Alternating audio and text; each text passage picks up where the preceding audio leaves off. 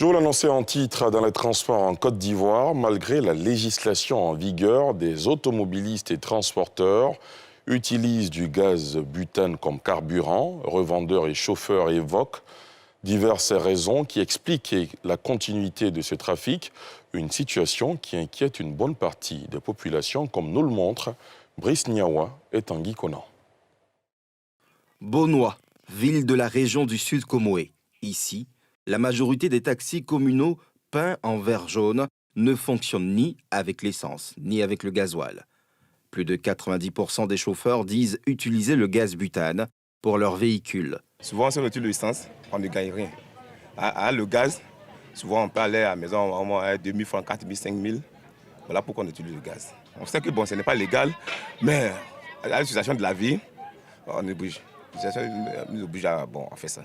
Si ta voiture est bien suivie par un mécanicien, par un électricien qui est bien doué, là, à ce côté, il n'y a pas de problème. Parce qu'il y a un bouton qui est là, qui alimente l'alimentation au gaz. C'est en cas de quelque chose, tu appuies sur le bouton, tout s'arrête. Bon, le gaz, si le gaz t'a coûté peut-être 6 600, alors que le carburant là-bas t'a coûté 15 000, ça te fait gagner peut-être 15 000 moins 6 000. Un truc de 7 000 de marge bénéficiaire encore. C'est un truc que j'ai trouvé dans le système. Nous, les transporteurs de Bonois, on utilise ça. Donc, du coup, moi, j'utilise aussi.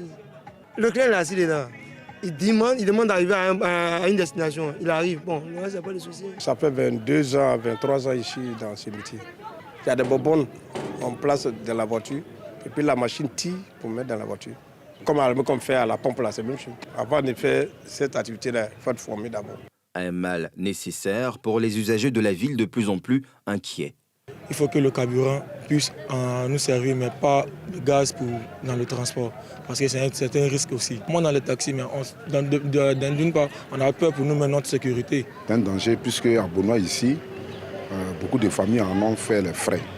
Un monsieur qui avait toute sa famille dans son véhicule, et qui venait d'Abidjan, et qui est rentré à Bonois, il partait chez lui à la maison et le véhicule a pris feu. Toute la famille est partie en fumée. Pourtant, l'usage du gaz butane dans les véhicules est formellement interdit en Côte d'Ivoire, martèle le ministre en charge de l'énergie lors de l'inauguration du centre amplisseur d'une société de fabrication de bouteilles de gaz à San Pedro.